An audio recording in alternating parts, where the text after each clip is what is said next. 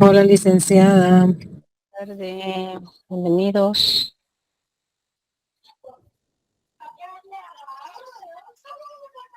Buenas tardes, licenciada. Buenas tardes, Eleni.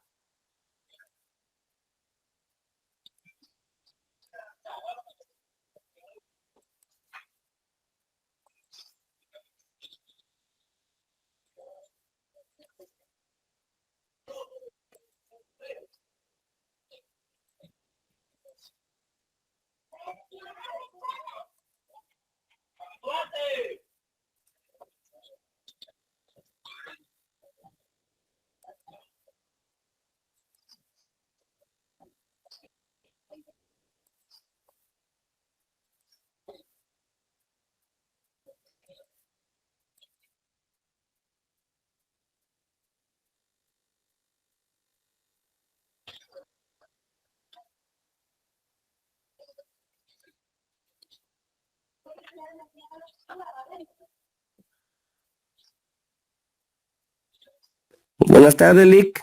Buenas tardes, bienvenido. Buenas tardes, Bienvenido licenciada. a todos. Buenas tardes. Buenas tardes, licenciado. Buenas tardes, Kevin. Buenas tardes, licenciada. Buenas tardes, Cielo.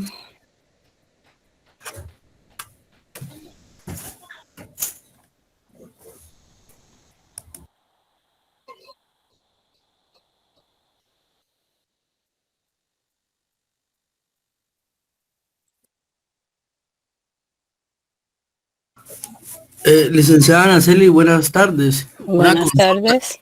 Dígame. Fíjese que yo el día de hoy tuve la oportunidad de poder ir a comprar el libro, un libro de antología de historia de Guatemala. Una Ujú. consulta, usted está basando sus clases a base de, ajá, correcto, ese libro. Usted está basando las clases a ese libro, ¿verdad? A base de ese libro. Y si sí, disculpe una consulta, ¿por qué página llevaría para poder yo estar al día con la página, verdad? Porque yo sé que usted basa su información a base de diferentes áreas, ¿verdad? Pero sobre este libro, ¿usted por qué página va y llevando la información que ha brindado, perdone?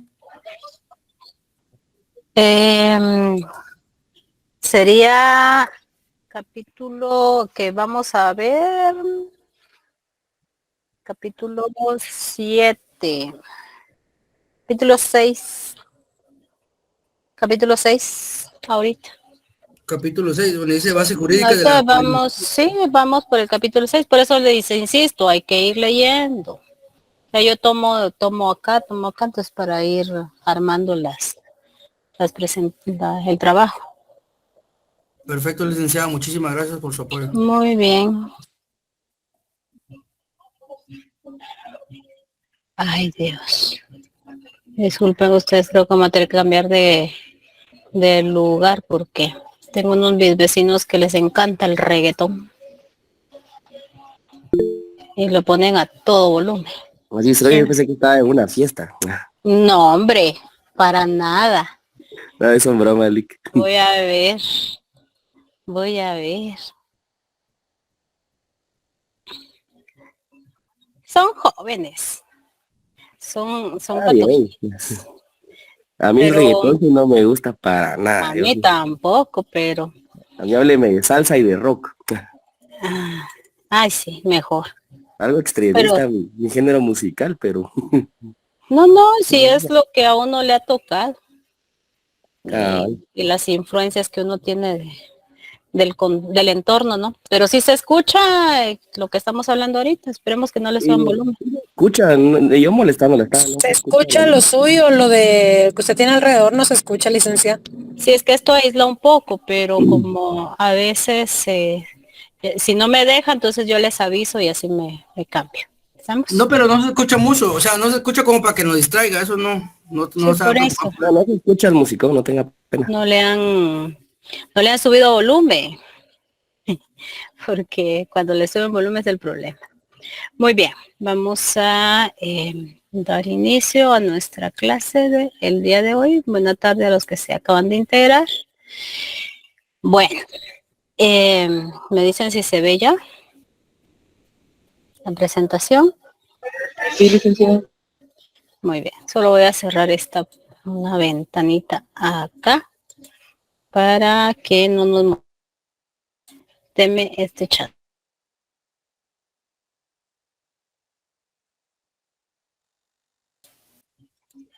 Bueno, espero que no nos moleste un poco. Bueno, entonces, en nuestra clase anterior estuvimos platicando sobre el proceso de conquista, ¿ya? Y veíamos la manera en que la legislación también está siendo utilizada para legitimar ese proceso de toma del territorio, ¿ya? Y la campaña de conquista, ¿ya? Entonces, dentro de algunas de las disposiciones que traían estos señores con las capitulaciones, pues era la de fundar ciudades, echar raíces en este territorio. Entonces, pues las ciudades que se comienzan a formar, pues las primeras son ciudades en las Antillas, ¿ya? Y es lógico porque es a donde llegan primero los descubridores y posteriormente ya la campaña de conquista. Entonces, estas ciudades pues son antillanas, ¿ya? Entonces, pero ya se estaban formando, tales como Santo Domingo y también La Habana, ¿ya? Entonces, ya para tierra firme, pues una de las primeras que se funda pues es Zempoala en México, ¿no? Y pues veamos para el caso del territorio lo que es Guatemala. ¿Qué objetivos tenían las ciudades? Primero, romper con el núcleo social que se había mantenido hasta de los periodos, ¿no? de la cultura maya. ¿Ya? Entonces, al fundar una ciudad a la española o a la europea, ¿ya? Porque vamos a ver el tipo de ciudad que van a formar. Entonces, pues precisamente es eso. Primero, fijar como un centro de administrativo de que les permitiera seguir conquistando, ¿ya? Que les sirviera como centro de administración, ¿ya? Y también de asentar la presencia española en los territorios conquistados, ¿ya? Y también establecer los derechos de esos primeros ciudadanos, ¿ya? ¿Y quiénes eran esos primeros ciudadanos o los primeros vecinos? Pues eran pues los españoles, los conquistadores, ¿ya? Los que tenían méritos de conquista. Entonces, estas ciudades, pues son ciudades que son de tipo ajedrezado, ¿ya? En su diseño, ¿ya? Pero las primeras, pues son ciudades campamento, como fue el caso de la ciudad de la primera ciudad de Santiago que se fundó, ¿ya? Que vimos que también constituyó una afrenta para los cachiqueles, ¿no? Y que fue uno de los motivos de la gran rebelión cachiquel. ¿Ya? Entonces, esta ciudad pues era de tipo campamento militar, ¿ya? Porque de este territorio pues salió la campaña para ir a conquistar El Salvador y conquistar los otros señoríos que consideraban como rebeldes, ¿no? Entonces, era el objetivo. Pero esta ciudad, debido a la inestabilidad de la época y toda la situación de la rebelión, entonces obligó a que se trasladara a esta ciudad. Esta fue fundada en junio de 1524, ¿ya? Y casi inmediatamente al proceso de conquista. ¿ya? Entonces, esta ciudad se traslada 3 años después a la ciudad, la nueva ciudad de Santiago, hoy sería la ciudad vieja, ¿ya? A los alrededores, en las faldas del volcán de Agua. Y entonces vemos de que establecer la ciudad en el Valle de Almolonga, ¿no? Entonces, estas ciudades, al establecerlas en sitios que son sitios de riesgo, posteriormente se va a materializar ese riesgo, ¿no?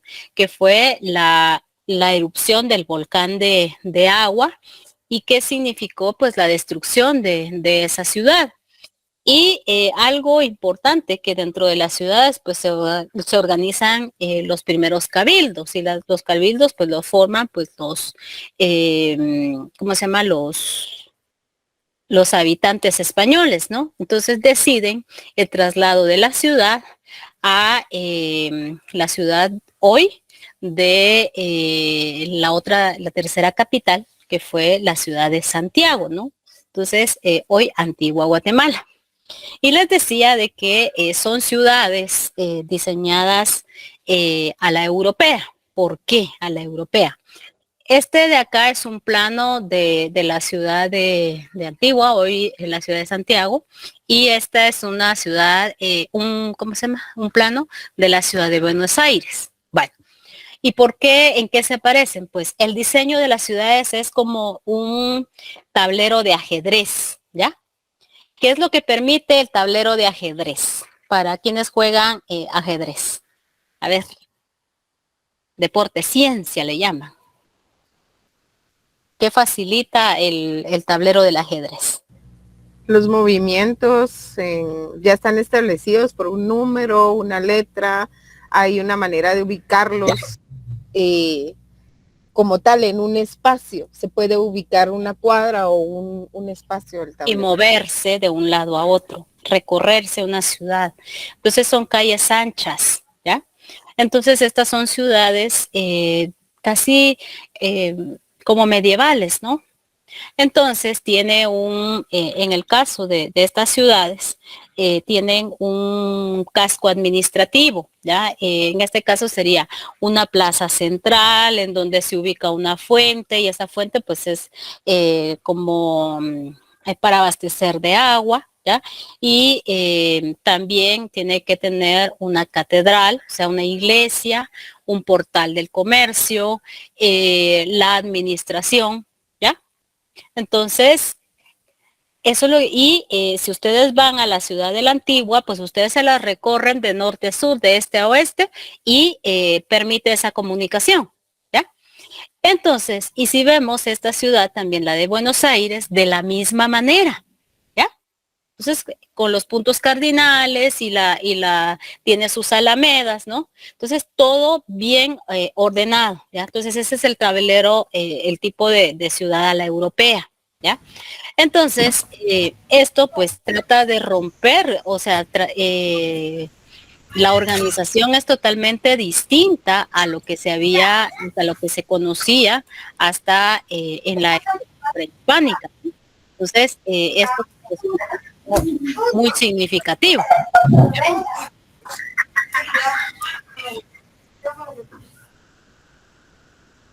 Ya, bueno, entonces, estas ciudades pues son son diseños que se recorren, o sea que estaba por ordenanzas reales, ¿ya? Entonces, por lo tanto, cada una de las ciudades tiene sus reales cédulas de aprobación, ¿ya? Porque no podía diseñarse una ciudad si no había una ordenanza, a diferencia de la primera, ya que esa primera, pues esta venía respaldada jurídicamente por las capitulaciones. Entonces, pues esta es la ciudad de Santiago, ya, y esta pues era Ciudad Vieja, ¿no? Bueno, entonces, estas ciudades, la última, pues la ciudad de Santiago, esta se destruye en 1773, ¿ya? y hay toda una discusión entre si se traslada o no, o se quedan.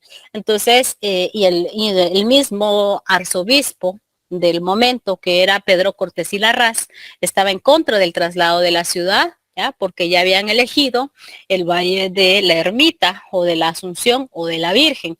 Ya dentro de 5 días va a ser el aniversario de fundación de la ciudad, ¿no?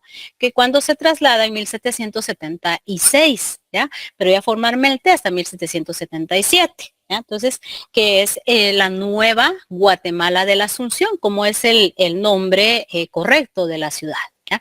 Entonces, incluso si ustedes van al centro histórico, el mismo centro histórico tiene un diseño ajedrezado, que ya posteriormente con lo que sucede en la ciudad de Guatemala, que no hay una planificación urbanística como tal, que sea amigable con la población, pues eso ya es otra situación, ¿no? No es amigable. Pero en su momento, pues esta ciudad pues fue perfectamente diseñada. Bueno, entonces vemos, este es el primer levantamiento de los vecinos, ¿ya? Y los edificios que estaban autorizados, esta es la real cédula, ¿ya? De la Nueva Guatemala de la Asunción. Y vemos otra vez la iglesia, la plaza, ¿ya? La fuente, pues la antigua pues se había destruido. Esta es la de los años 40 que diseña Galeotti Torres, ¿no? El Real Palacio de los Capitanes, que se cae con los terremotos de 1917 y 18, ¿ya? Entonces, y el ayuntamiento que también se cae, ¿no? Entonces vemos que el centro administrativo se seguía manteniendo. Bueno, entonces, vemos de que esta es parte de las ordenanzas, ¿ya? Y viene a causar, pues, a contribuir junto con el proceso de conquista y toda la cuestión del sometimiento, la catástrofe demográfica, a romper parte de el tejido social de la organización que tenía la población indígena, ¿no? Entonces, pues esto nos lleva, y como les digo, todo tiene que ver con la legislación, porque todo tenía que ser legal. Entonces vamos a ver ahora, pues, las bases que le dieron sustento a la colonización de América, las bases legales. Entonces, estas, si usted, cuando leímos el requerimiento, vimos de que ellos hacen referencia a de que el poder pues emana de Dios, o sea, viene de Dios. Y este poder pues llega también a la iglesia y también a los reyes, o sea, el poder de los reyes es de origen divino porque se convierten en los vicarios de Cristo, ¿no? Entonces, que son los representantes de Dios acá, ¿ya? Entonces, pues esto va muy de la mano con la propuesta que tenía pues el derecho romano, ¿no? Entonces, y que el derecho que estaba en España y que regía España se le conocía como el derecho castellano, ¿ya? De Castilla, los reinos de Castilla y Aragón, esos reinos cristianos, ¿ya? Entonces, pues esto tiene que ver con la manera de administrar América. Y miren, jóvenes, esta manera de concebir el poder aquí, el Estado es un Estado absolutista monárquico, ¿ya? Distinto a la concepción moderna de Estado que tenemos en la actualidad. Bueno, en teoría, ¿no? Aquí en Guatemala, pues ya no tengo que recordarles cómo estamos. Bueno, entonces, por eso se da una unión de iglesia-estado, ¿ya?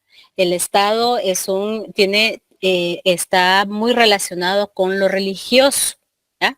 Entonces, esto se mantiene, ¿ya? En América y el derecho así lo refleja, ¿ya? Entonces, esa unión es la que trata de romperse en el siglo XIX con la fundación de los estados modernos, ¿no? Entonces, pues bueno, esta manera de conquistar y de colonizar, vemos que es en nombre de Cristo, y la iglesia pues asumió muchos roles administrativos y cobró un poder muy importante en América, ¿verdad? Entonces tenemos una visión dogmática del Estado. Entonces, dentro de estas instituciones que tenemos, pues está el denominado patronato regio. Ya, esta es una figura que ¿cómo se llama? Se creó en la península, bueno, que creó la iglesia, ¿ya? Para, con funciones, primero de nombrar obispos, y esta pues es creado por el Papa, ¿no? Y sus representantes, ¿ya? Entonces, creaba obispos, tenía que ver con la administración de las órdenes religiosas para América y los territorios de dominación tanto de Portugal como de España, ¿no? Entonces, y también la corona pues trataba de mantener en alguna medida controlada, quería mantener controlada la iglesia, pero se le fue mucho de las manos. Entonces, y también de velar por que el proceso de cristianización se llevara a cabo, ¿ya? Entonces, esto pues es el denominado patronato regio, ¿ya? Que funcionó por 2 siglos en América.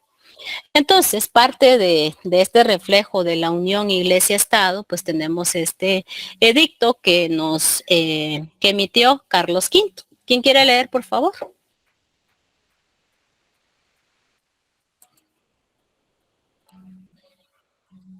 ¿O no quieren leer?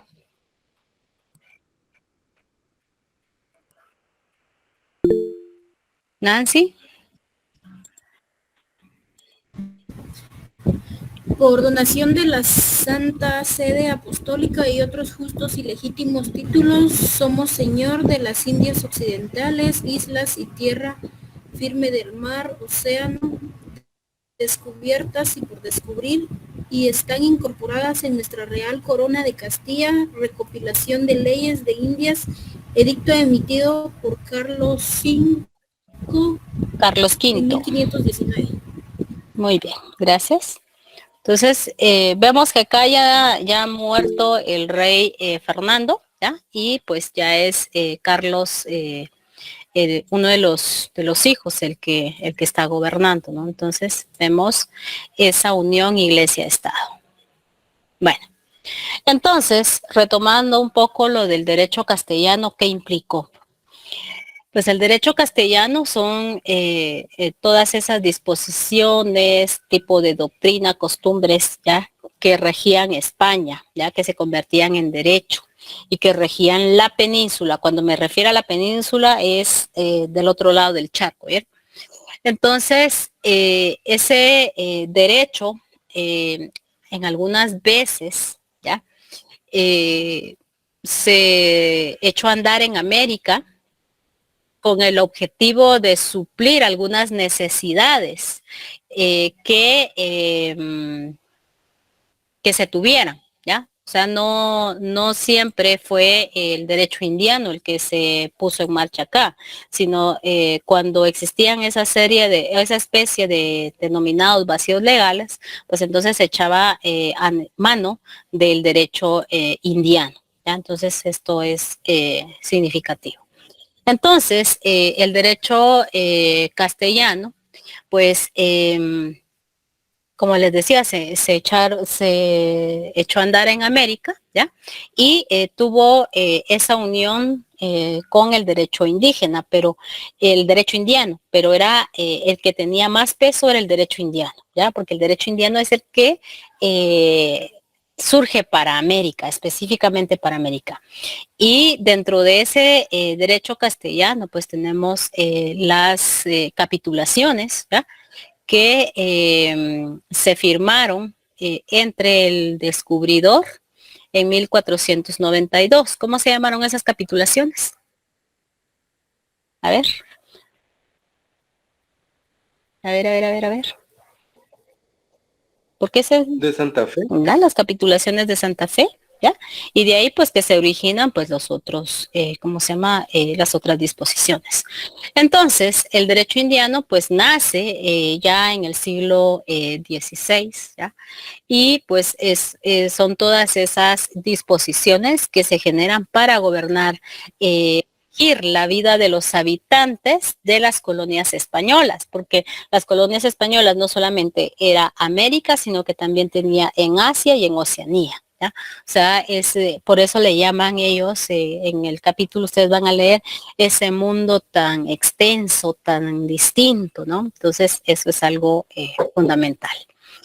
Entonces, ¿de qué estaba formado? De distintas leyes, también de capitulaciones, de bulas papales, de tratados, de edictos, ¿ya?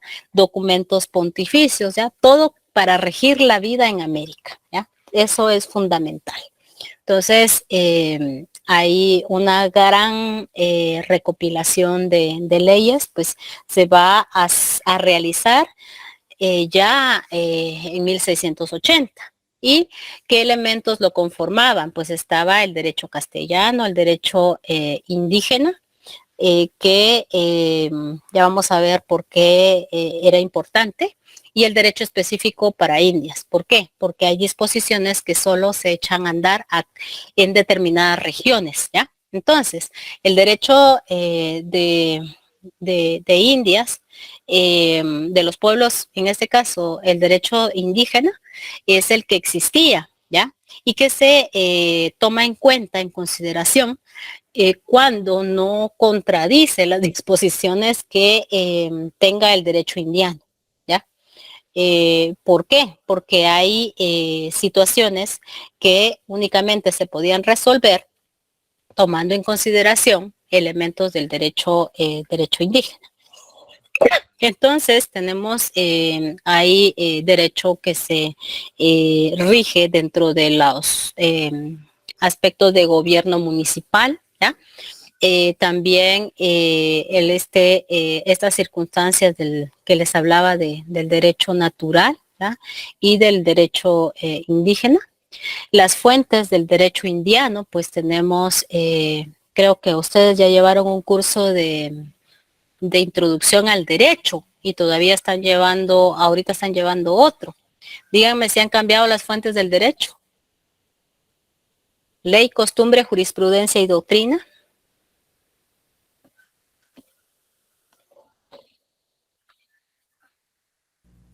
Aún se mantiene Aún se mantiene. la jurisprudencia. Sí. Entonces, pues la gran recopilación de leyes de Indias, pues tenemos que finalmente se vio publicada en 1680, ¿ya? Y esto se convirtió en un elemento de gran apoyo para la manera de administrar y de legislar para América, ¿ya? Y de tomar en cuenta todo lo correspondiente a las personas que ejercían el poder en nombre de la corona en América, ¿no? Entonces, como fuente de consulta, ¿ya? Entonces, y abarcaba pues todo lo que se había emitido desde España para el resto del continente. Y hay elementos, por ejemplo, que regían la vida acá y que se consideraba que no era lo mismo la América, el virreinato del Perú que el virreinato de la Nueva España, o en el caso de la Capitanía General de Guatemala, que era una de tipo pretorial, y vamos a ver por qué. Entonces, ¿qué características tenía este derecho? Bueno, un causismo acentuado, ¿ya? Ya vamos a ver por qué. Tendencia asimiladora, minuciosidad reglamentaria y el sentido religioso. Y vamos a ver, por qué es estas características que tiene el derecho indiano. Pues el causismo quiere decir de que Esto desencadenó tanto en burocracia y en disposiciones específicas para determinado territorio, ¿ya? Entonces, que se legislaba y se buscaban las soluciones de los problemas según cuál había sido la génesis del problema. Y esto aquí que dio como resultado de que no pudiera utilizarse en todo el resto de América Latina, sino que específicamente de la región en donde surgió, ¿ya? La tendencia asimiladora, ¿ya? De que España quería regir los casos tanto de la metrópoli como de acá de América y de las otras colonias de una manera igualitaria, pero la realidad le dio, como le explota en la cara, ¿no? ¿Por qué? Porque los casos son distintos, las realidades en donde se implementaban eran totalmente distintas. Y eso la práctica lo ha demostrado. En los casos en donde se han tomado leyes en la actualidad, leyes de otros países se copian y se quieren implementar aquí, ¿qué sucede? ¿Son los mismos resultados? ¿Las experiencias son las mismas? No. No. ¿Por qué? Lo que pasa es que depende del Las territorio en el que estemos, por condiciones, por raza, por lo que sea. Inclusive por eso en Estados Unidos depende del estado, cambian ciertas cosas porque no se puede aplicar el mismo castigo si las condiciones son diferentes para la población. Igual en México. Y por de México para educación. acá, sí, los casos son distintos. Ajá. Y otra cuestión, la minuciosidad, ¿ya? No es lo mismo, son distintos todos los casos, ¿ya? Y nunca se va a, ¿cómo se llama? A implementar la ley a rajatablas, ¿no? O sea, tal y como está. Entonces, eso es distinto. Entonces hay que conocer los casos y la experiencia, ¿ya? Pero en ese momento no era así, sino que tenía que, cuando en teoría, pues, se quería al pie de la letra, ¿no? En algunos casos. Y esto dio origen también a que se dijeran, pues, las leyes se acatan, pero no se cumplen, ¿no? Y en la situación del sentido religioso, la génesis, ya vimos, unión iglesia-estado, el poder emana de Dios, hay que evangelizar, hay que cristianizar a los infieles, y si los infieles no quieren, pues hay que hacerle la guerra, ¿no? Entonces, había que, ¿cómo se llama? Reglamentar la vida de los habitantes de América, había que cristianizarlos, ¿ya? Entonces,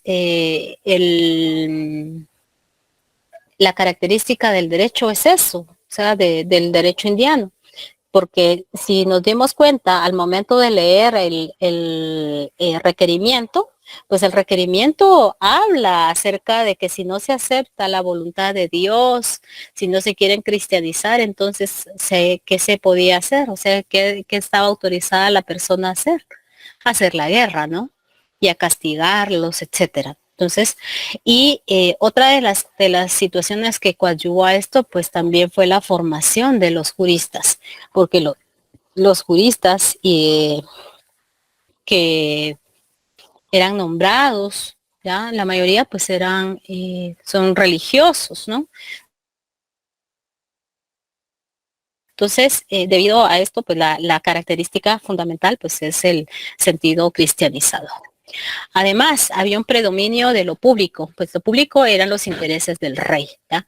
Entonces, se priorizaban los intereses de la corona, ¿ya? Sobre la cuestión privada, ¿ya? Sobre las campañas de conquista, ¿ya? Y entonces, otra también era el sentido de proteger, ¿ya? De proteger la vida, ¿ya? Y vamos a ver por qué. debido a el despoblamiento que se estaba experimentando tanto en las Antillas y ya posteriormente en tierra firme. Entonces era el sentido de preservar la vida de los tributarios o de los servidores de la corona, ¿no? Y también de los conquistadores. Entonces vamos a ver esto. Bueno. Entonces los documentos pues tenemos de que las bulas papales únicamente las emite la iglesia, ¿no? Las emite el papa. Tiene que llevar el sello pontificio, el sello papal para que sea tomado como válido. Y tenemos las bulas papales más famosas. ¿Cuáles fueron? De las que desencadenaron luego un tratado. A ver, eso ya lo vimos, no voy a abundar más, pero sí es necesario que recordemos. No son las capitulaciones, son bulas. Son 3.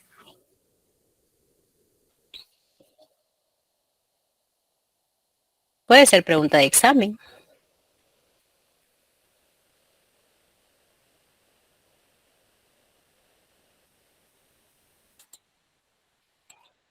A ver.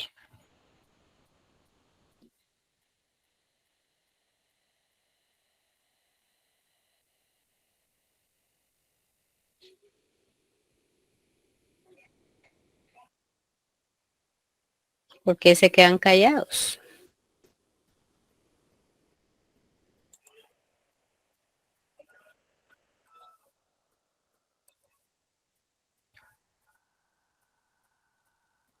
Ay, no puede ser ustedes.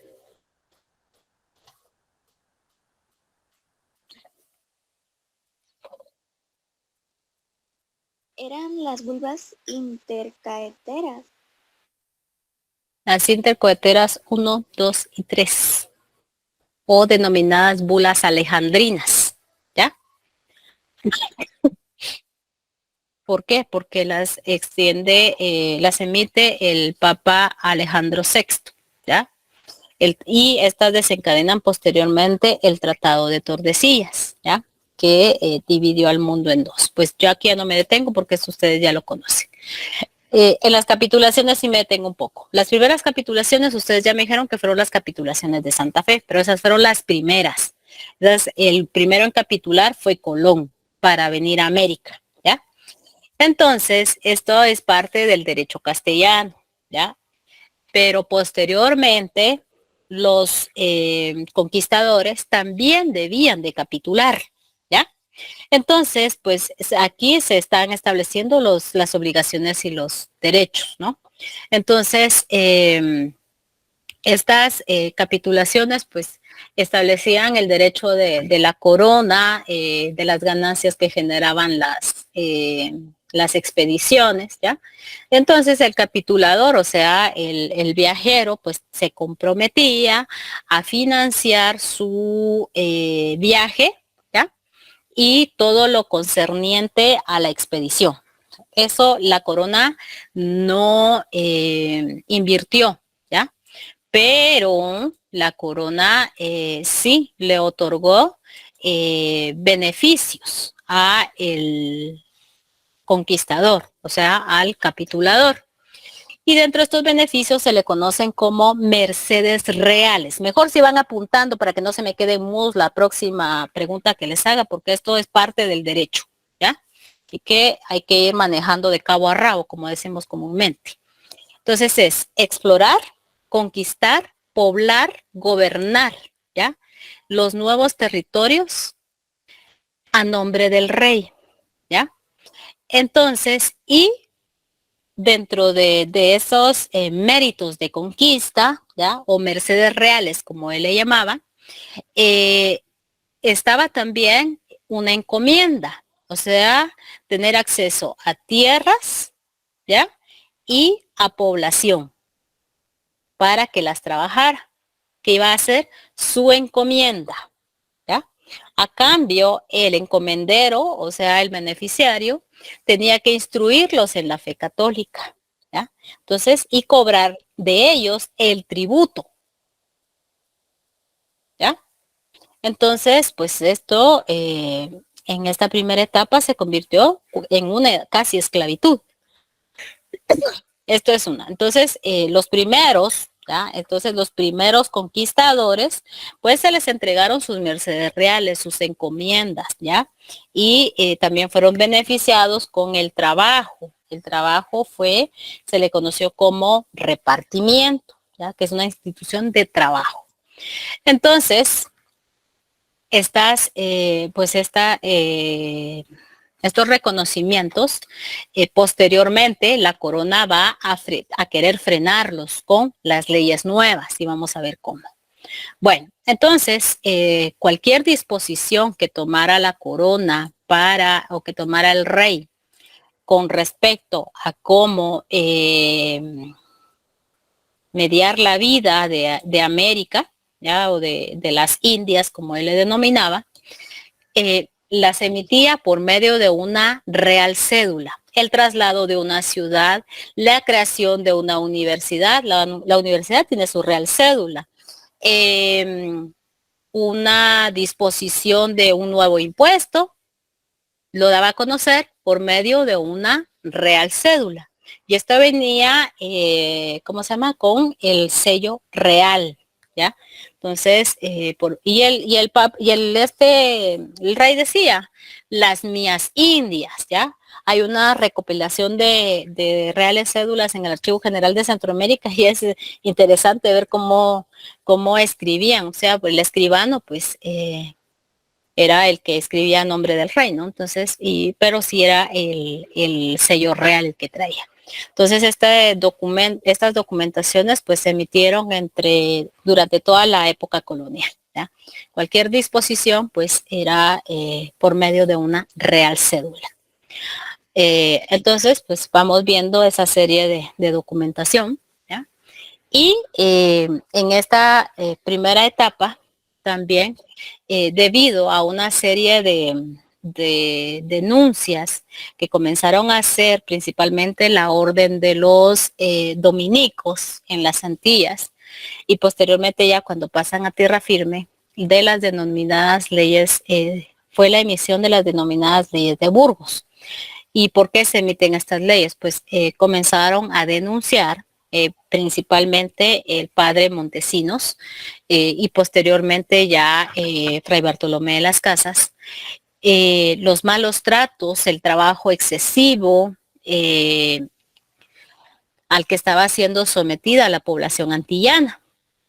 Entonces, esto provocó un rompimiento entre la orden religiosa y los encomenderos, ¿no? y los conquistadores.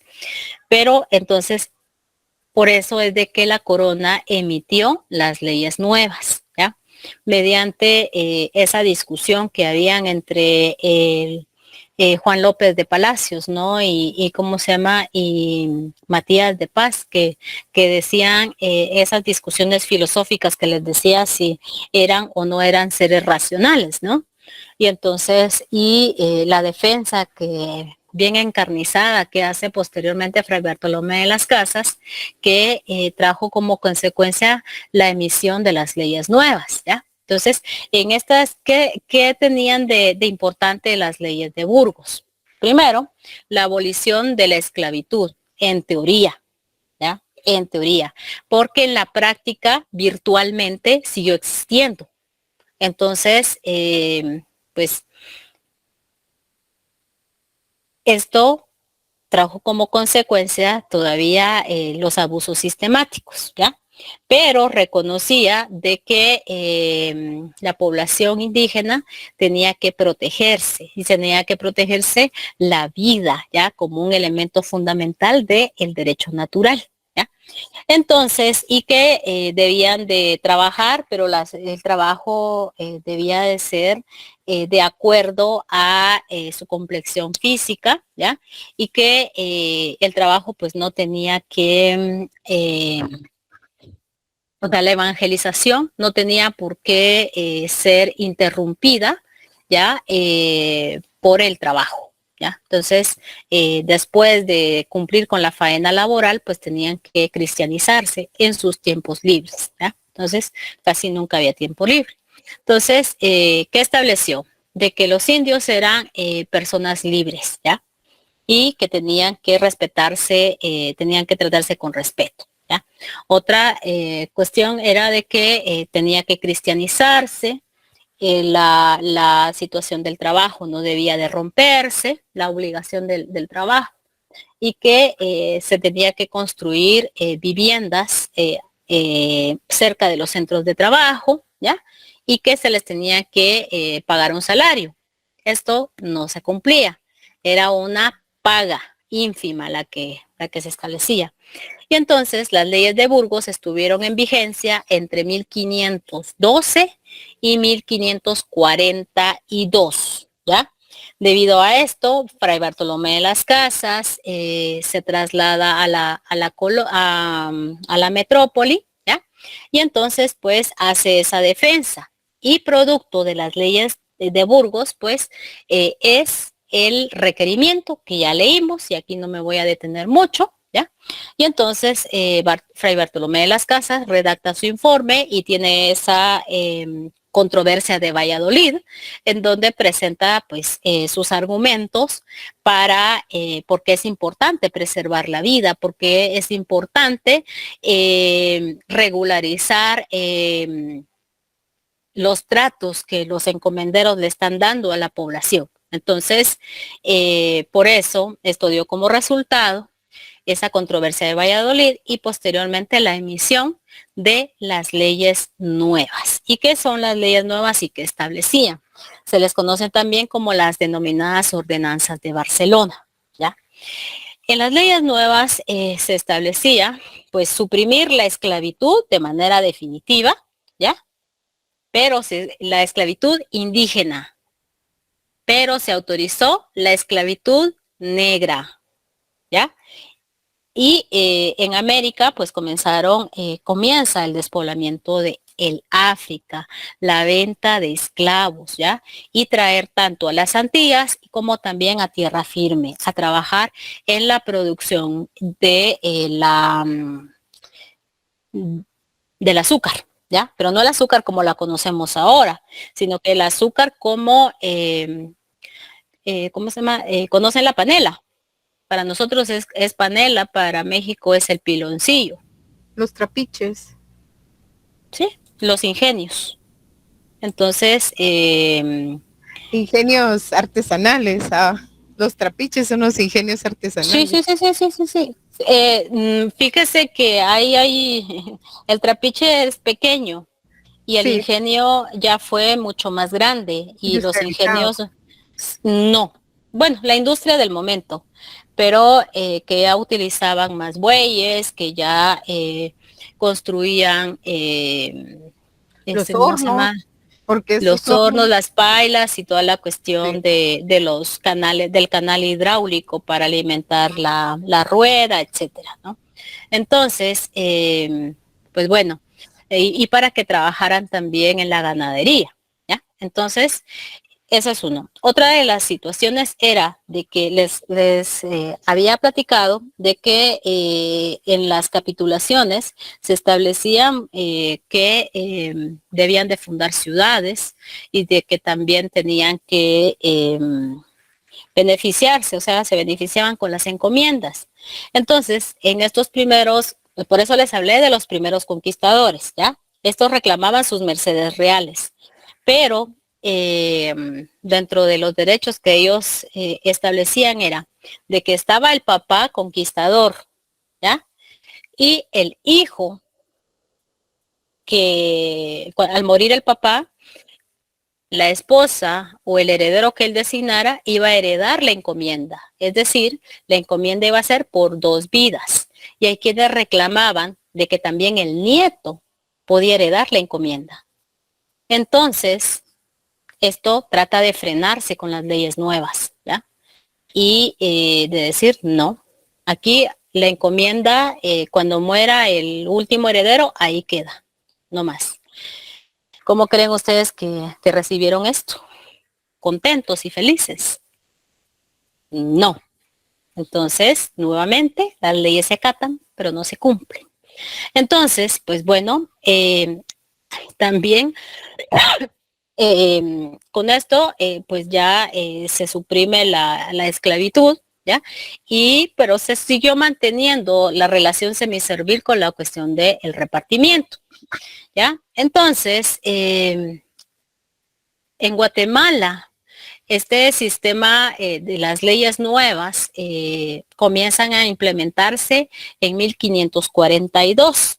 Y el encargado de entrarlas a ejecutar y de venirlas a implementar fue Alonso López de Cerrato, ¿ya? Mejor se iban apuntando, ¿no? Entonces, esto hizo de que hubieran reclamos en contra de la corona. Y también las leyes nuevas establecieron de que debían de formarse nuevos poblados indígenas, ¿ya? Algunas vías indígenas. Y vamos a ver de qué es esto cuando ya nos toque algo sobre el repartimiento, ¿no? Entonces, esta supresión de la antigua encomienda y el trabajo duro del repartimiento, pues entonces marcaba ¿cómo se llama? El traslado de los trabajadores de un lugar a otro. Y entonces esto también contribuyó a la disminución de la población y a romper con el tejido social, ¿no? Entonces, esto pues trata de suprimirse, aunque se mantuvo, ¿no? Bueno, otras consideraciones de las leyes nuevas. Primero, de que uno de los órganos administrativos que la corona había establecido, pues fue el Real Consejo de Indias, y vamos a ver por qué lo compuso y qué es lo que se reestructuró. Primero se había creado el virreinato de la Nueva España, en este caso que era México, porque allí encontraron metales. Y se creó el virreinato de, ¿cómo se llama? De Perú, ¿ya? Que es la otra región para, ¿cómo se llama? Para donde encuentran metales. Y en el caso de Guatemala, con las leyes nuevas, se formó la audiencia, el tribunal de la audiencia, y la primera audiencia estuvo ubicada, la audiencia de los confines, que estuvo en la ciudad de Gracias, ¿ya? En Honduras, ¿ya?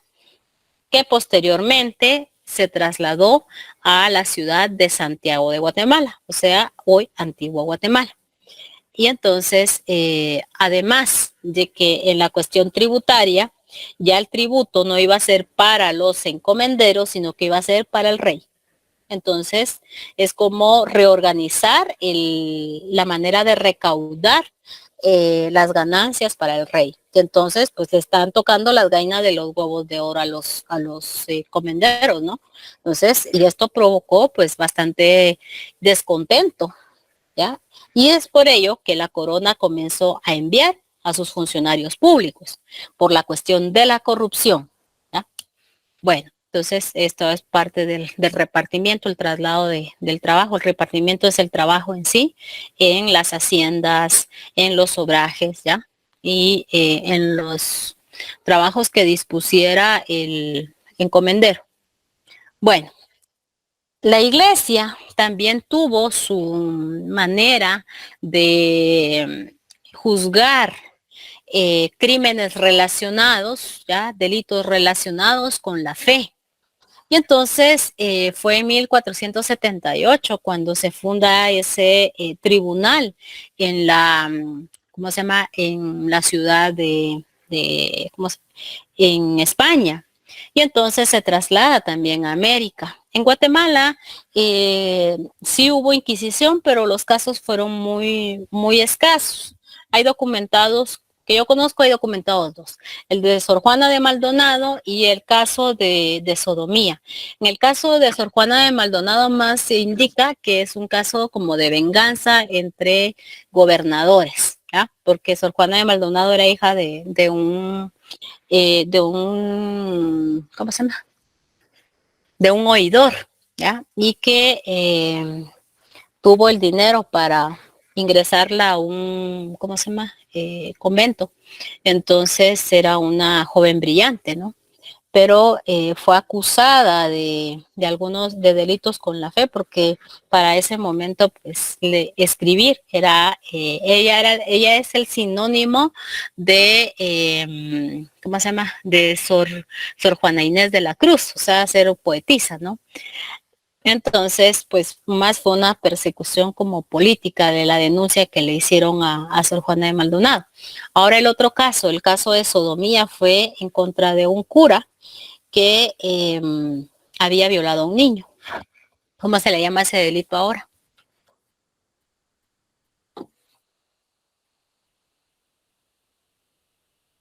Abuso sexual.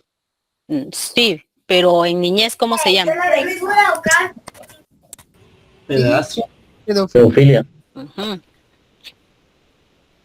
En ese caso, acá se llamaba caso de sodomía. Entonces, pues, ¿qué sucedió? El expediente ya no indica cuál fue el dictamen que la resolución. Entonces, pues, se perdió. Bueno, entonces, estos son, hay algo importante.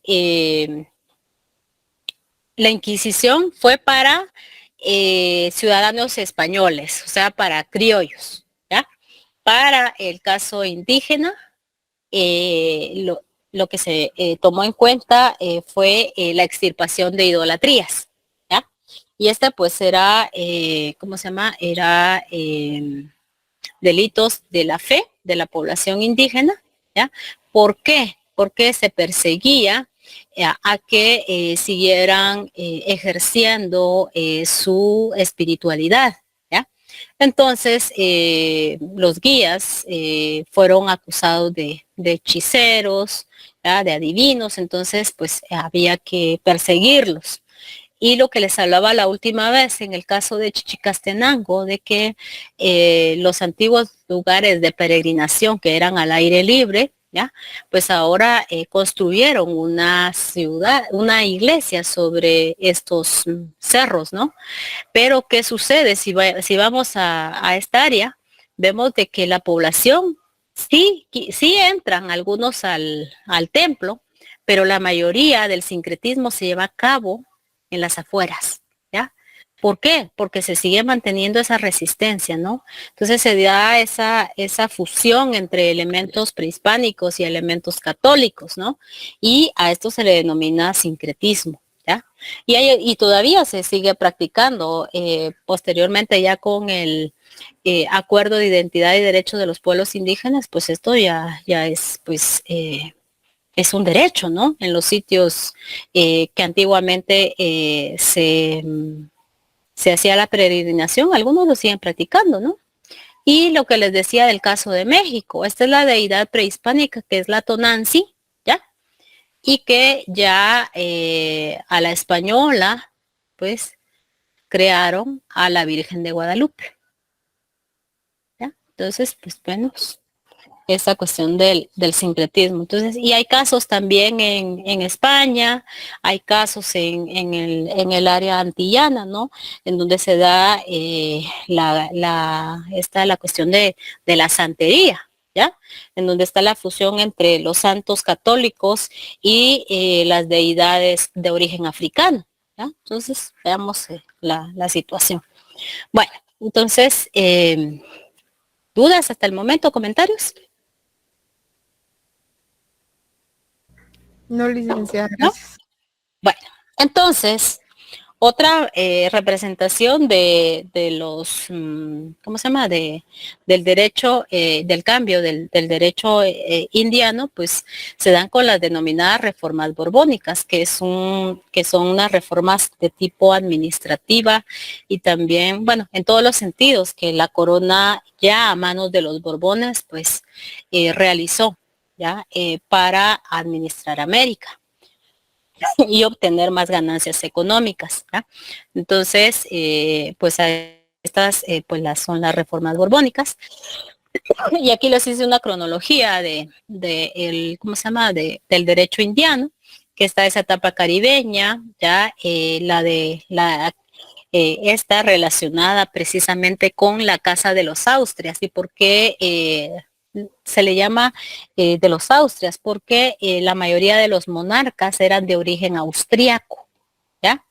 Entonces, toda esa relación que se da entre las casas reales, pues es bastante interesante.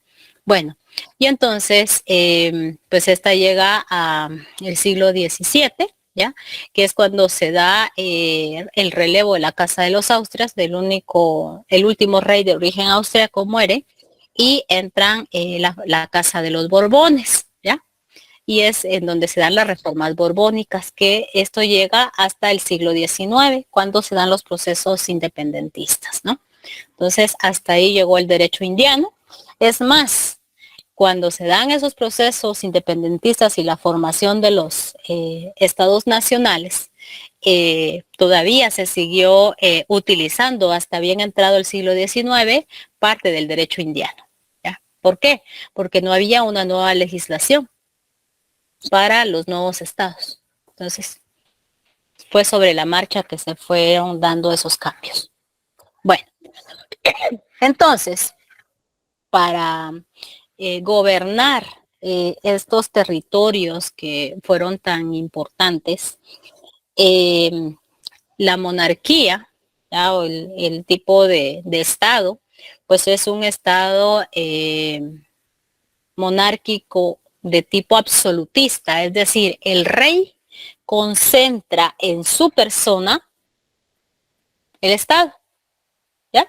Yo soy el estado, dijo Luis XIV, ¿ya? Y era cierto, porque todas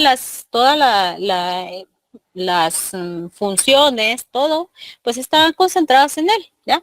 ¿Por qué? Porque era de origen, el poder emanaba de Dios, ¿no? Entonces, pues, todas las ganancias, la cuestión económica, política, religiosa, todo, pues, ya era en el rey y su cuerpo, sus funcionarios, ¿no?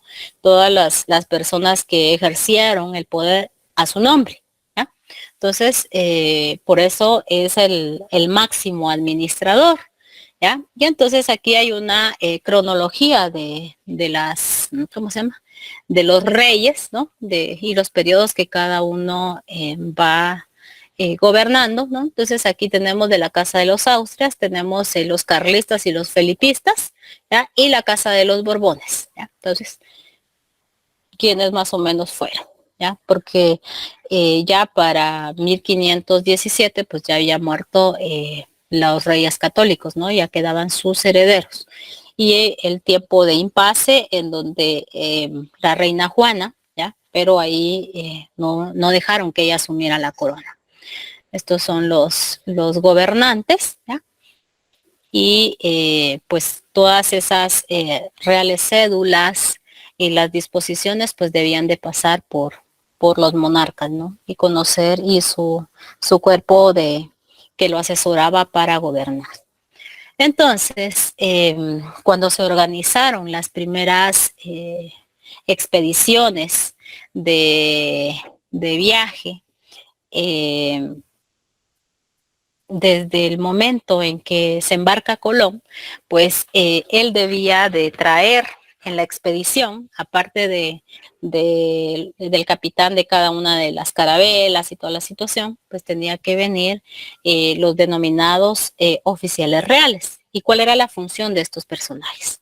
Pues la función que ellos traían, pues es ir haciendo los registros sobre las ganancias que fueran produciendo el viaje. Además de que no en las embarcaciones no vinieran productos que estuvieran prohibidos para, ¿cómo se llama? Para comercializar. ¿Ya? Entonces, estos oficiales reales, pues eran también autoridades y ellos no le debían fidelidad a Colón o a los otros viajeros, sino ellos venían, su fidelidad era con la corona. ¿Ya? Entonces, dentro de ellos, pues tenemos un tesorero, el factor, el veedor y el contador. Cada uno tenía distintas funciones y también venía un escribano. ¿no? El escribano que era el que llevaba los de registros también de los lugares a donde se llevaban, que era los nuevos descubrimientos que se estaban realizando. Entonces, muchas de estas, ¿cómo se llama? Testimonios han servido como para ir contrastando qué es lo que dice Colón, qué es lo que está diciendo un capitán y qué es lo que dicen estos oficiales reales, ¿no? Entonces ellos vienen a nombre del rey, ¿ya? Entonces, esto, algunos pues se quedaron en las Antillas, ¿ya? Y otros pues regresaron a la corona para rendir informes, ¿ya? No a la corona, regresaron a España, ¿ya? Les decía de que en la primera etapa de la que va de 1492 a 1500 aproximadamente, pues la corona manda a que hayan reuniones para ir concertando la manera en que se va a ir decidiendo, la forma en que se va a gobernar y que se va a regular el comercio, el flujo comercial entre España y los territorios que se están agregando, porque para 1503 todavía pues faltan las exploraciones que se van a la América del Sur, ¿ya? Entonces esto pues y vemos que la circunnavegación al mundo fue hasta 1519 que se concretó. Entonces, pues esto, España va viendo la necesidad de crear instituciones que le permitan organizar ese comercio y ese flujo comercial. Y algo importante que hay que tener en cuenta es de que España mantuvo un control muy férreo sobre sus colonias, ¿ya? A este control se le conoce como ¿cómo se llama? Un monopolio comercial. España y sus colonias únicamente podían comercializar con la metrópoli, no podían comercializar con otra potencia más. De ahí a que posteriormente Inglaterra contratara a corsarios, ¿ya? ¿Cómo se le llamaron a esos corsarios posteriormente? Para que asaltaran las embarcaciones que iban de América hacia España. ¿Quiénes fueron esos corsarios? ¿Cómo se le conoce popularmente? Piratas. Piratas. La piratería. Muy bien.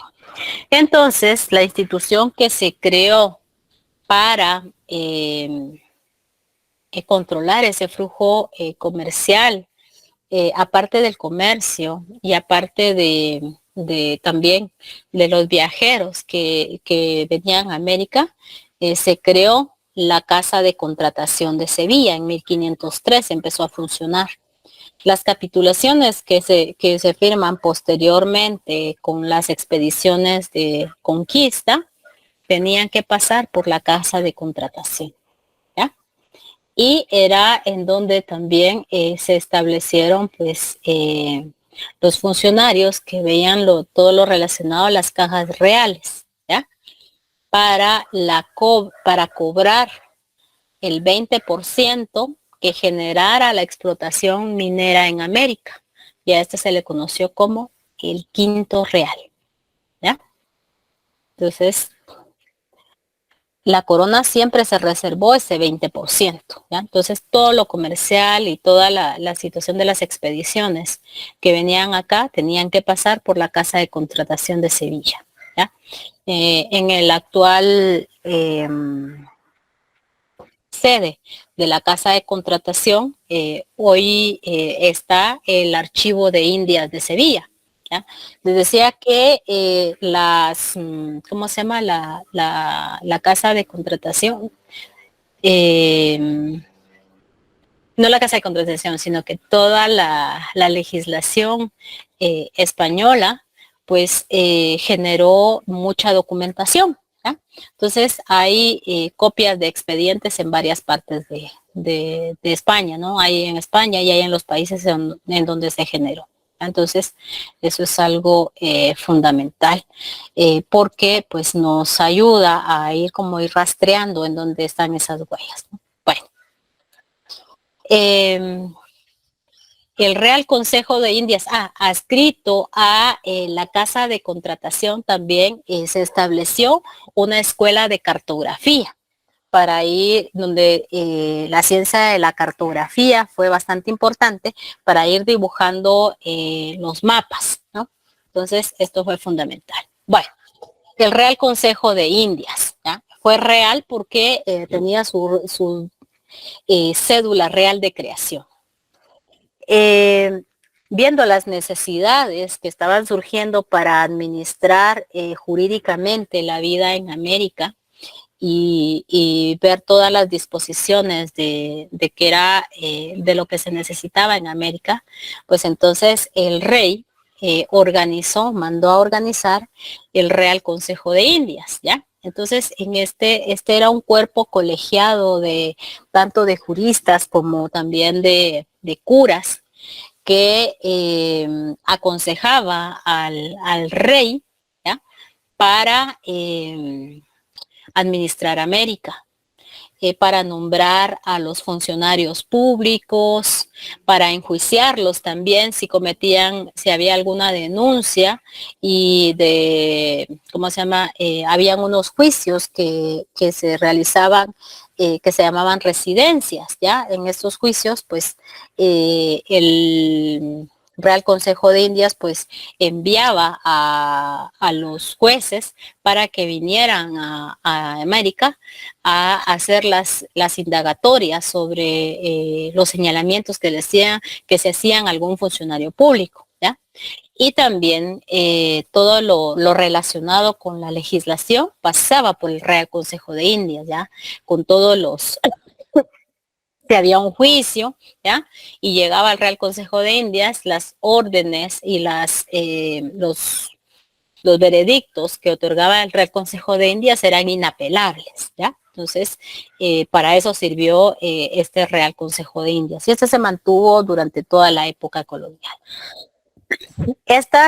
Algo importante es de que estas son autoridades de ultramar, o sea, autoridades de la metrópoli, ¿ya? Que están en España, pero sus efectos se hacen sentir de una manera muy fuerte en América, ¿ya? Entonces tenemos el rey, la Casa de Contratación y el Real Consejo de Indias, ¿ya? Entonces son autoridades de ultramar.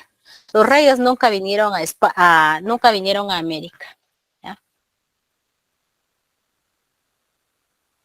Después de las 6:30, si piden acceso, ya no voy a dejar entrar porque ya ahí se fue más de la mitad de la clase. Bueno, les decía que también de la mano con el Real, con la Casa de Contratación, pues estaba el Real Consejo de Hacienda, ¿ya? La vida del Real Consejo de Hacienda fue una vida un poco corta, ¿ya? Porque estuvo en funcionamiento entre 1523 a 1565 aproximadamente, ¿ya? ¿Por qué? Porque había como una duplicidad de funciones con la Casa de Contratación. Entonces fue eliminado y luego queda solamente la Casa de Contratación. Pero este Real Consejo de Hacienda era el que veía la cuestión de las finanzas, ¿ya? Todo lo relacionado con la recaudación de impuestos y su administración pasaba por el Real Consejo, ¿ya? Entonces estaba el tesorero, estaba el escribano, ¿ya? Que eran los funcionarios como de mayor envergadura, y luego pues ya venían otra serie de secretarios que eran los que hacían como estudios sobre ¿cómo se llama? Las posibles fuentes de ingreso, ¿ya? Para agenciarse de fondos, ¿no? Entonces, ellos solicitaban diversos informes a las autoridades locales, ¿ya? para posteriormente, hacía como qué institución en la actualidad encontrarían ustedes semejante a esto.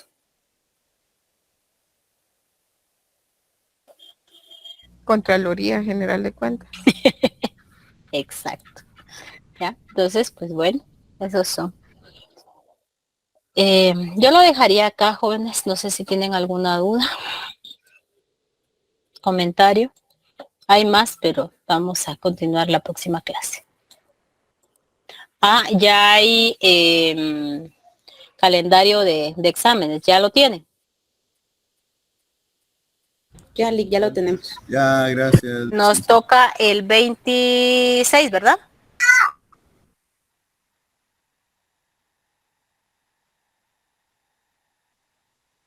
Nos toca el 26. Entonces, vayamos poniéndonos al día entonces, jóvenes, y nos quedamos ahí. Vayamos leyendo, por favor. Capítulo 8 sería hoy. Sí, Lea. El 28 es licenciado. El 28 dice... muy bien. Disculpe. Por eso les estaba preguntando. Muchas gracias. Entonces nos toca el 28. Vamos leyendo entonces, jóvenes. Que tengan bien fin de semana. Gracias, Lick. Muy amable. Feliz. Se va a hacer en Moodle. Buenas noches, muchas gracias. Gracias, Lick. Buenas noches.